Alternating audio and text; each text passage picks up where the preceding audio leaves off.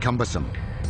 The exotic Byzantine princess Anna Komnene, who wrote an account of the First Crusade, described the European knights as lying on their backs and spanning the bow by putting their feet on it and drawing it back, so they really could get a power advantage by using their legs and their whole body. So this really was relatively powerful.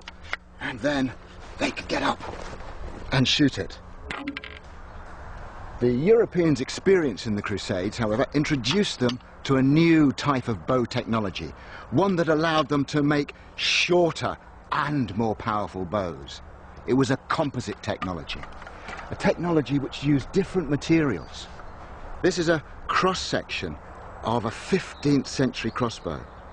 And these little squares here are horn, and this area around the outside is sinew. Horn is a material that is good for compression, takes great compressive strain, and that is the power of the bow. To hold it in place, they used sinew. This stuff, it's like the neck tendon of an ox. But if you hammer it, then what happens is you start to get something very fibrous. It really becomes, the more hammering, the more fibrous it gets, in fact, until it gets like this, just like modern fiberglass matting. And just like modern fiberglass, it's held together with a type of glue, a type of resin. And the type they used was this. These are the swim bladders from fish. And you boil them up and they make the most wonderful glue.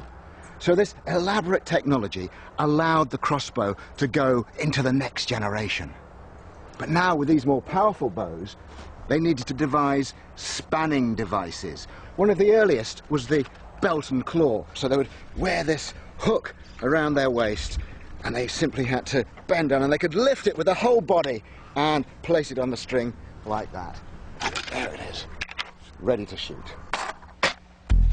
They were incredibly ingenious, always coming up with new mechanical devices for spanning ever more powerful bows.